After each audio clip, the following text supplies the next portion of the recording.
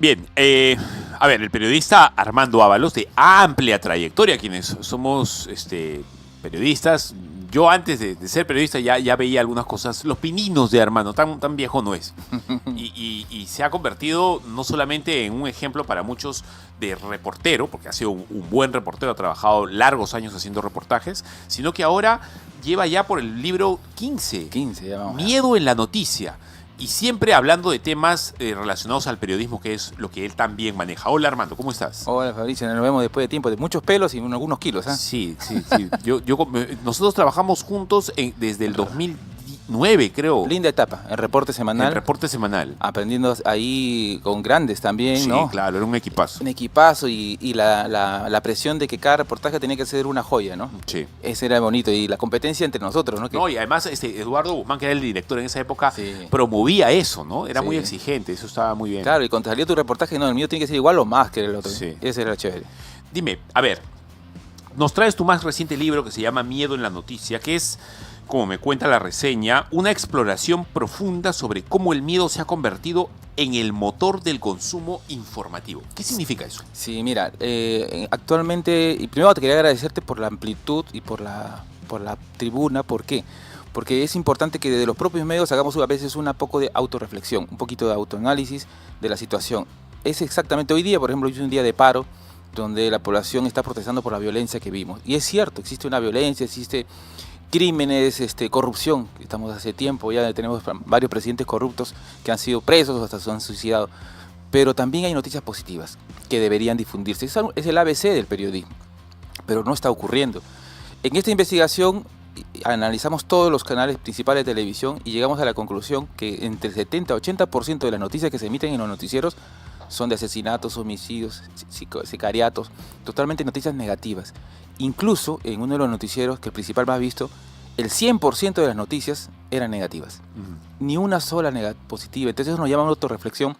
¿Hasta qué punto los medios estamos contribuyendo? Es cierto, tenemos que informar y decir, ¿sabes que hay esto, pero también tenemos que decir alternativas, orientaciones. Está el rating encima también. Es y están parte. Ahora los likes, ¿no? Los vistos Sí. y todo eso. Ahora, yo les digo y llego a un análisis de que ese es relativamente cierto. ¿Por qué? Antiguamente, por ejemplo, en mi época, cuando yo era más reportero de noticiero, y hasta dominical, me acuerdo en mi época de reportero, cuando mi nota pegaba, tenía que tener hasta 27 puntos de rating, llegó a tener. Sí. Y cuando bajamos de los 20 puntos, a Guillermo Sonde, que era nuestro jefe y nuestro maestro, pucha, que nos agarraba a cabezazo, porque no puede ser. Y entonces ya tenías el del cuello, la soga en el cuello si no pasabas los 20 puntos. Hoy, todos los canales juntos no llegan a los 20 puntos. Entonces la torta se ha achicado. Si bien la gente te consume por el morbo, a la larga no. Y se ha hecho muchas investigaciones que uno de los motivos por que la gente ha migrado a las redes sociales es porque ya se cansa de la publicidad invasiva. El cargamontón de malas noticias que te bajan las defensas. Oye, Armando, ¿sabes qué cosa extraño yo? Extraño el dominical que te daba comenzabas quizá con tu política dura, claro, o tu notita, tu policial, pero era claro, después de tu aguadito venía tu seco, claro, pero de ahí venía tu ensaladita, tu combinado, tu juguito, ¿no? Tu postre, o sea, había la nota de viaje, la crónica de vida, la denuncia social, la historia de éxito, que tan buen rating ha dado la historia de éxito. Y yo soy un creyente y convencido de que las noticias positivas venden, porque hay una falsa que dicen muchos productores, no, las noticias buenas no venden, no, las noticias buenas per se no, pero si tú lo presentas con una buena calidad, entretenida, que te sorprenda, que te cautive, que te haga llorar, que te haga reír el mismo reportaje, la gente se engancha.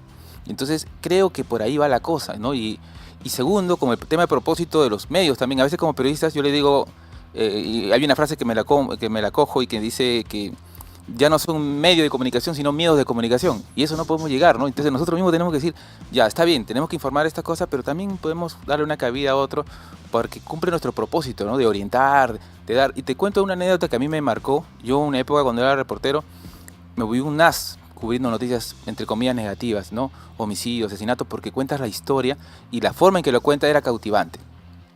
Pero llegó un momento en que yo dije, pucha, pero solo no estoy para contar tragedias, ¿no? Tengo que contar otras cosas también de la vida. Y un día iba con mi esposa caminando por Chorrillos en el mercado y encontré una historia fabulosa. Pasamos por una calle y había un pedacito del viejo oeste en una casa, con su diligencia en tamaño natural, donde una familia tomaba su desayuno todo vestido al oeste. El dueño de la casa era un gringón, peruano gringón, que su sueño era haber ido al viejo oeste, pero nunca lo pudo cumplir porque era policía, con el sueldo no alcanzaba. Construyó su casa en su sueño. Entonces había diligencias, todo era ambientado. Y le dije, señor, ¿a usted le han hecho el reportaje? No, le hagamos el reportaje. Y lo llamé el sheriff de Chorrillos. Llevé un caballo, salió extraordinario, un mate de risa y muy conmovedor. Cuando terminó el reportaje, el señor me llamó con su familia, casi llorando, a agradecerme el reportaje. Ese día lloré con mi esposa. Dije, porque encontré un propósito. Dije, no solamente estamos para cosas malas, sino también cosas positivas. El A y el B. Eso es algo que no hay. No es que no hay. Hay sino menos. Que cada vez hay menos. Y justo conversabas con el anterior entrevistado fuera de cámara. Por ejemplo, las redes sociales nos han habilitado muchas cosas. La inmediatez, la gente nos podemos comunicar, pero la gente se comunica menos. Hablan menos. Todo por WhatsApp. A ver, Armando, tú eres un periodista de experiencia. Quiero que me desasnes en este asunto, porque yo también no lo termino de comprender bien. ¿Cómo está razonando el periodista ahora en las salas de redacción o en las oficinas para en tu parrilla sangre, corrupción, insulto y la farándula incluso más escabrosa ahora posible? ¿Cómo se razona? ¿Cómo piensa ahora el periodista? Ese es bueno, antiguamente también lo había. Sí, claro. Pero había un poco menos. Creo que ahora como que se ha pensado que solamente noticias malas, entonces tiene que es el muerto, si no estaba bien ensangrentado. Es que antes había, pero había también la idea de que con eso tiene que venir otra cosa aparte, que complementar. Es el lado positivo de la vida. La vida no es un oscuro nada más. Y los chicos, si bien el internet, como te comentaba, nos ha ayudado mucho, hay cosas que nos están limitando, y eso le digo yo a veces en mis conferencias. Por ejemplo, los chicos ahora ya no conversan, todo es por el WhatsApp. Entonces eso te insensibiliza un poco, no hay la empatía. Se ha hecho estudios y dicen que el 30%, los chicos de ahora tienen menos empatía que los chicos de hace 20 años en un 30%. Y eso es perjudicial, porque si tú no te pones en el zapato de los otros, no vas a poder transmitir algo bonito y segundo, tener un propósito. Y te cuento una anécdota, hace poco yo ahora estoy trabajando en el Ministerio de la Mujer y Poblaciones Vulnerables. Y la otra vez... ¿Estuviste en el Poder Judicial? En el Poder Judicial. Sí, dirigiendo el canal de Justicia TV. Y el otro día nos mandaron un video visualmente muy bonito. Sí. Pero no te transmitía nada. Entonces investigamos y los chicos, que jóvenes, que le mandaron a hacer el video, les molestó pues que dijeron, no, le van a rehacer todo el video. Aquí periodistas no les molesta, ¿no? Pero al final investigamos en la historia del personaje y la gente terminó conmovida.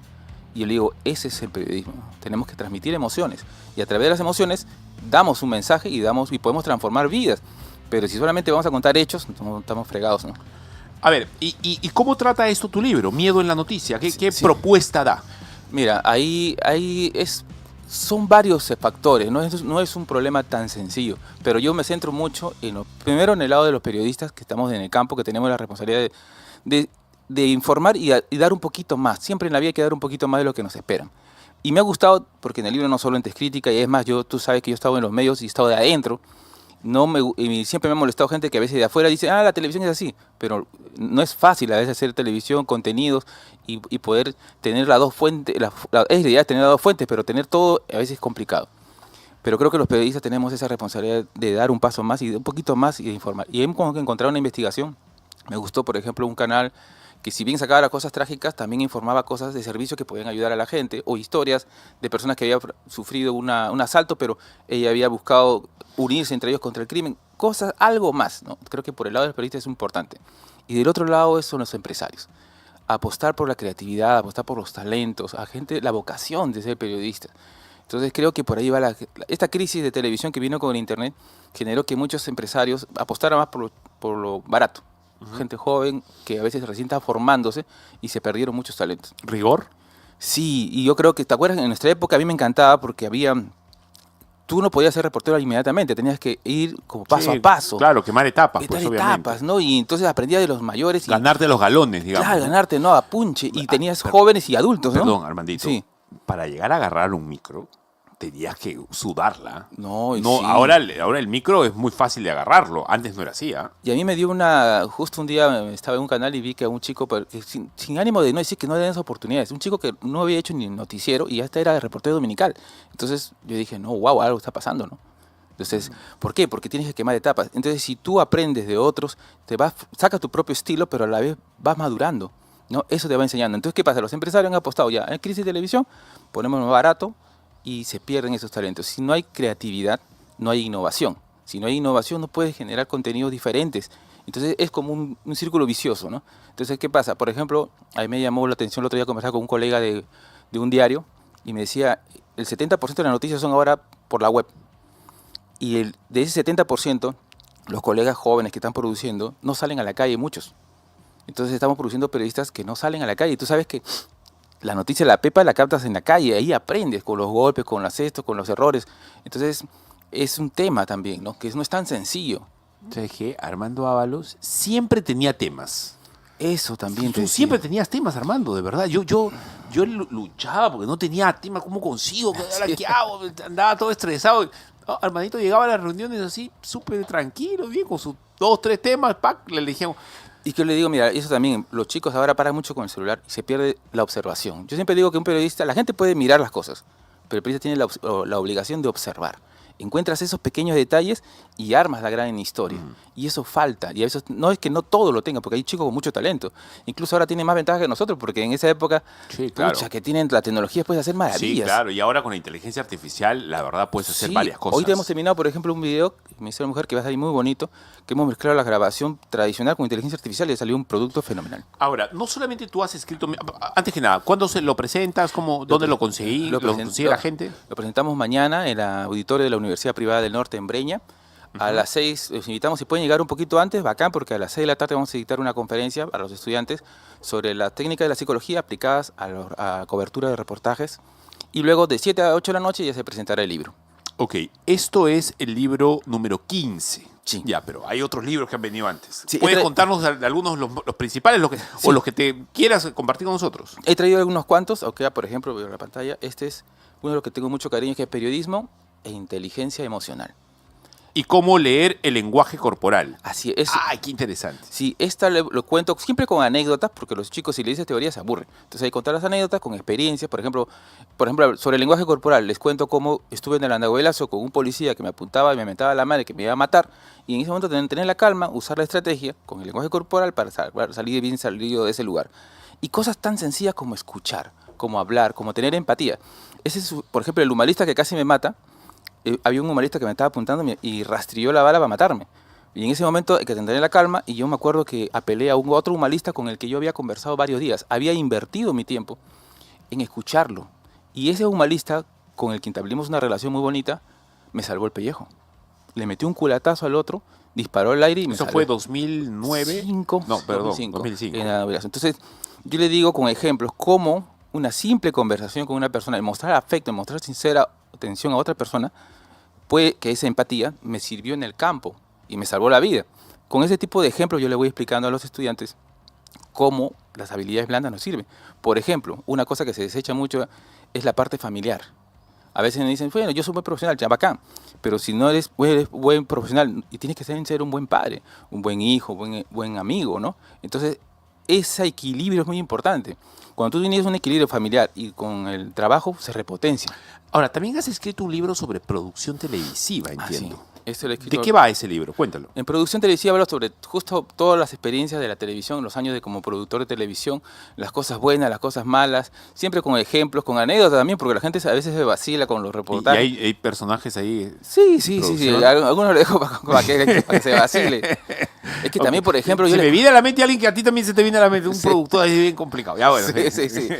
Es que para ser productor también hay que tener bastante creatividad, pero también flexibilidad. Sí, claro, sí, lo sé, porque tratas con talentos, pues, y los Talento talentos son a veces complicados. Complicado, sí. Más fácil hacer garra boca abajo a veces. Sí.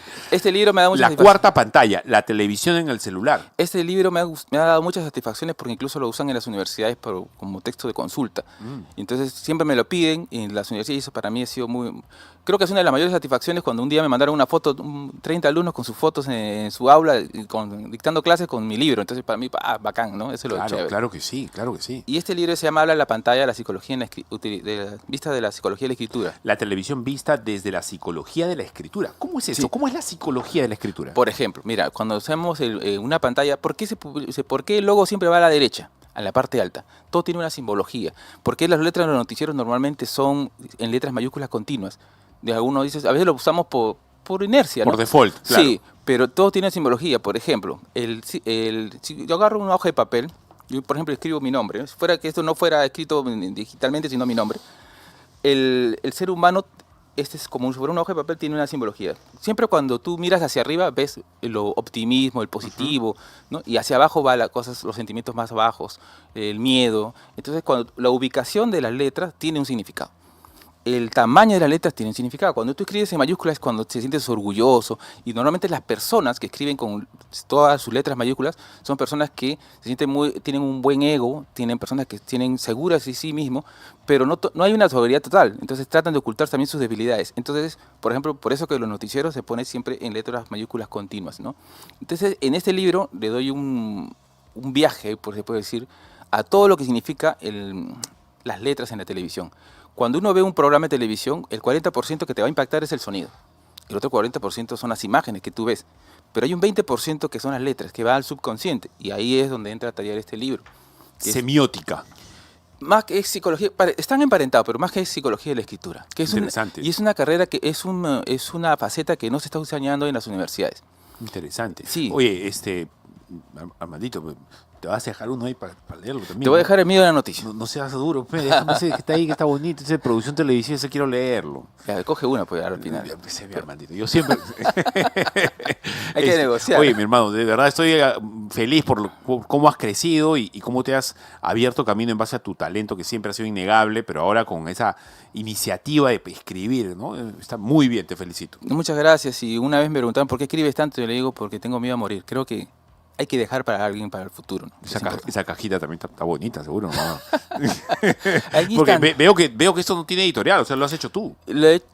Claro, lo que auspicia es la Federación de Periodistas del Perú. Muy bien, está muy bien. Ese tipo de cosas son las que se deben hacer y promover. Muy bien. Así es. Pero yo creo que sí, igual yo los ofrezco en mis conferencias. Por ejemplo, mañana se va a ofrecer ese libro y los otros 14 que he publicado, y lo dejamos a precio cómodo para que puedan acceder los estudiantes. Claro, porque más que nada son libros de consulta para los universitarios, para los periodistas, sí, etcétera. Y son historias para que se conmuevan también, para que sonrían, a veces algunos lloran también porque hay historias muy bonitas. Todos los periodistas tenemos muchas cosas que decir, a veces no por el tiempo no lo contamos, pero te cuento una última para finalizar. Me acuerdo que yo cuando publiqué mi primer libro, me quedaron muchas cosas por contar. Y salí un día en el patio de Latina, ahí donde está el estacionamiento, y nos juntamos con varios camarógrafos y nos tiramos una hora contando chistes y anécdotas de todo lo que había vivido cada uno. Y yo dije, acá está mi segundo libro. Y lo plasmé, le conté, los entrevisté y sacamos historias fenomenales de cómo en el día a día trabajaban, cosas positivas, cosas negativas. Por ejemplo, tú lo conoces a Rafael Palacios. Claro. Mira, para contarte una anécdota, solamente para que veas un ejemplo. Palacios tiene una historia extraordinaria y muchas veces no lo cuenta.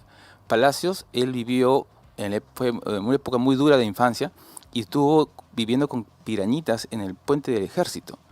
Y un día escribió, su sueño era ser camarógrafo, y escribió en una pared que su sueño un día iba a ser camarógrafo. ¿Sabes lo que pasó? Hubo el atentado en Latina y se fue y se ofreció para trabajar ahí, de lo que sea. Y estuvo recogiendo escombros. Luego, cuando ya le cogieron todos los escombros, pidió poder seguir trabajando y pusieron en limpieza. De ahí aprendió a manejar y dijo, puedo ayudar aunque sea a jalar cable. Pucho, lo pusieron como asistente. Después que chofer. Y mira, ahora es un gran camarógrafo y trabaja en Perú. Mi hermano, te felicito, muchas gracias. Dale un saludo a tu familia, que sé que siempre te está apoyando, y espero que cuando sea el número 16 te des una vueltita para presentarlo de nuevo. Gracias a ti, Fabricio, de corazón. Bien, mi hermano, muchas gracias. Te felicito nuevamente. Ha sido Armando Ábalos, conocido periodista de televisión, que ahora tiene el libro número 15 a punto de salir del horno. Miedo en la noticia, lo presentan mañana y seguramente va a estar disponible en varias... Te buscan en tus redes sociales, me imagino. Me buscan en mis redes sociales, sí. Ahí le vamos a dar toda la información. Y también lo mandamos por Alba Courier y todo. Genial. Bueno, vamos a una pequeña pausa y regresamos.